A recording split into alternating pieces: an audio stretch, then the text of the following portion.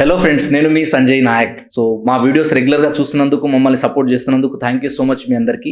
ఈరోజు ఎవరైతే రియల్ ఎస్టేట్లో ఇన్వెస్ట్మెంట్ చేసే వాళ్ళు, ఇన్వెస్టర్స్ ఆర్ కస్టమర్స్ ఎవరైతే ఉన్నారో, లేదా ఇన్వెస్ట్మెంట్ చేద్దాం ఫ్యూచర్లో అనుకునే వాళ్ళు, రియల్ ఎస్టేట్లో ఇన్వెస్ట్మెంట్ చేసే ముందు ఖచ్చితంగా ఒక్కసారి వీడియో ఎండ్ వరకు చూడండి. ఎందుకంటే రియల్ ఎస్టేట్లో హెచ్ఎండి అనేది వెరీ వెరీ ఇంపార్టెంట్. అంటే మీరు ప్లాట్ కొనేటప్పుడు కంపల్సరీ ఈ హెచ్ఎండి గురించి తెలుసుకోవడం అనేది చాలా చాలా ఇంపార్టెంట్. హెచ్ఎండి ఏదైతే ఉందో మనకి హైదరాబాద్ మెట్రోపాలిటన్ డెవలప్మెంట్ అథారిటీ, ఇది మనకి హైదరాబాద్ లిమిట్స్లో ఉంటుంది. అంటే ఇప్పుడు హైదరాబాద్ సిటీ ఏదైతే ఇప్పుడు లిమిట్స్ ఉన్నాయో అప్ టు ఒక 50 కిలోమీటర్స్ వరకు ఇదంతా కూడా హెచ్ఎండిఏ కిందికి వస్తుంది అనమాట. అంటే ఇదంతా కూడా ఫ్యూచర్లో మనకి హెచ్ఎండి అంటే హైదరాబాద్ లిమిట్స్ అనేది కూడా పెరుగుతూ పోతుంది, హైదరాబాద్ అక్కడ దాకా ఎక్స్పాండ్ అవుతుందని అర్థం. సో దీంట్లో వెరీ వెరీ ఇంపార్టెంట్ ఏంటంటే కొన్ని రూల్స్ అండ్ రెగ్యులేషన్స్ ఉంటాయి. సో మనకి హెచ్ఎండిఏ లిమిట్స్లో చూసుకుంటే కనుక కంపల్సరీ మీరు ఇన్వెస్ట్మెంట్ చేసేటప్పుడు హెచ్ఎండిఏ వాళ్ళ దగ్గర నుంచి కంపల్సరీగా వాళ్ళకి అప్రూవ్డ్ ఉందా లేదా అన్నది తెలుసుకోవాలి. సో వాళ్ళు అప్రూవ్డ్ ఉంది అంటే కనుక మనం అందులో ఇన్వెస్ట్మెంట్ చేయొచ్చు.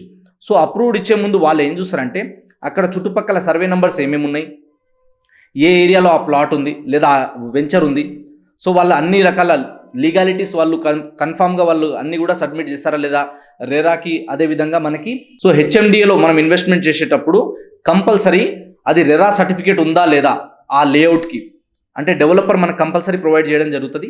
అదేవిధంగా రెరా సర్టిఫికేట్తో పాటు మనకి హెచ్ఎండి ఏదైతే ఎల్పి నెంబర్ అనేది ఉంటుంది. సో ఎల్పి నెంబర్ అంటే మనకి లేఅవుట్ పర్మిషన్ నెంబర్. ఒక వెంచర్లో మనం ఇన్వెస్ట్మెంట్ చేయాలంటే ఆ లేఅవుట్ అంతా కూడా గవర్నమెంట్ నుంచి అప్రూవ్డ్ ఉందంటే కనుక పర్మిషన్ నెంబర్ అనేది ఉంటుంది.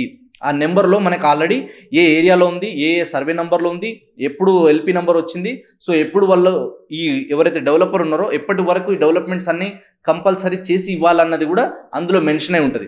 అదేవిధంగా ఎక్కడైతే లోతట్టు ప్రాంతాలు ఉంటాయో, ఎక్కడైతే మనకి వాటర్ బాడీస్ ఉంటాయో అక్కడెక్కడ కూడా హెచ్ఎండి అప్రూవ్డ్ అనేది ఉండదు, అక్కడ ఆ లేఅవుట్ వేయడానికి పర్మిషన్స్ ఉండదు. అదేవిధంగా చూసుకుంటే ఇంకొకటి ఏంటంటే హెచ్ఎండిఏలో కంపల్సరీ డెవలప్మెంట్స్ ఉంటాయి. హైదరాబాద్ మెట్రోపాలిటన్ సిటీ లిమిట్స్ ఏదైతే ఉందో ఈ లిమిట్లో మనం వెంచర్ వేస్తున్నప్పుడు కంపల్సరీ మినిమం వచ్చేసి ఒక ప్లాట్ ఏదైతే సైజ్ ఉంటుందో ఆ ప్లాట్ సైజ్ మనం చూసుకుంటే కనుక మినిమం రోడ్ ఫేసింగ్ 30 ఫీట్స్ ఉండాలి. అదేవిధంగా ఆ వెంచర్ మొత్తంలో కూడా మినిమం 30 ఫీట్ రోడ్డు, అదేవిధంగా 33 కానీ 40, 60 వెంచర్ పెద్ద సైజుని బట్టి రోడ్ సైజ్ అనేది కూడా పెరుగుతూ పోతుంది. సో మినిమం అయితే 30 నుంచి 40 మినిమం ఉంటుంది అనమాట ప్రతిదీ కూడా రోడ్. అదేవిధంగా మనకి ఓపెన్ స్పేస్ ఉంటుంది, 10 to 20% ఓపెన్ స్పేస్ ఉంటుంది. అదేవిధంగా మనకి పార్క్ కంపల్సరీ ఉంటుంది, గ్రాండ్ ఎంట్రన్స్ ఆర్చ్ ఉంటుంది, ఓవరాల్ కంపౌండ్ వాల్ ఉంటుంది, అన్ని రకాల ఎమ్యూనిటీస్ కూడా వాళ్ళు ప్రొవైడ్ చేయడం జరుగుతుంది. ఇది హెచ్ఎండిఏ నామ్స్ ప్రకారం ఎవరైతే ఇన్వెస్ట్మెంట్ చేస్తున్నారో వాళ్ళ కంపల్సరీ కూడా డెవలపర్ అనేది ఎవరైతే కస్టమర్స్ ఉన్నారో, ఎవరైతే ఇన్వెస్టర్స్ ఉన్నారో వాళ్ళకి ప్రొవైడ్ చేయాల్సి ఉంటుంది. అదేవిధంగా వీళ్ళు చెప్పిన టైమ్స్ ఎవరైతే ఉన్నారో, అంటే ఒక డెవలపర్ ఎవరైతే హెచ్ఎండిఏలో డెవలప్ చేస్తున్నారో ఇన్ టైంలో ఆ ప్రాజెక్ట్ అనేది వాళ్ళకి సబ్మిట్ చేయడం, వాళ్ళు ఏమేమి ఎమ్యూనిటీస్ ఇస్తున్నారు, ఏమేమి ఫెసిలిటీస్ ఇస్తున్నారు అన్నీ కూడా డాక్యుమెంట్లో మెన్షన్ చేయడం అనేది ఉంటుంది.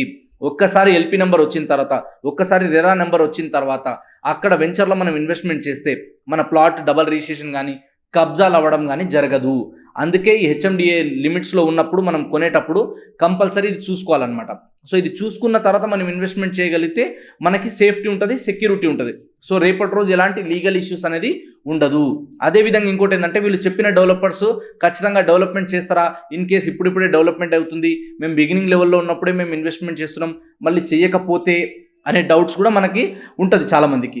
సో ఇప్పుడు ఎవరైతే ఇన్వెస్ట్మెంట్ చేస్తే కస్టమర్స్ ఎవరైతే ఇన్వెస్ట్మెంట్ చేస్తున్నారో వాళ్ళకి డెవలపర్ కంపల్సరీ కూడా ఏమేమి డెవలప్మెంట్స్ ఇస్తున్నారో మెన్షన్ చేస్తారు, ఎప్పటికల్లా డెవలప్మెంట్ చేసి ఇస్తామన్నది కూడా మెన్షన్ చేస్తారు. మరి చేయకపోతే పరిస్థితి ఏంటంటే ఈ హెచ్ఎండి ఏం చేస్తుందంటే ఒకవేళ ఒక 100 ప్లాట్స్ ఉంటే ఒక 70 ప్లాట్స్ మాత్రమే సేల్ చేయడానికి ఫస్ట్ పర్మిషన్ ఇస్తుంది.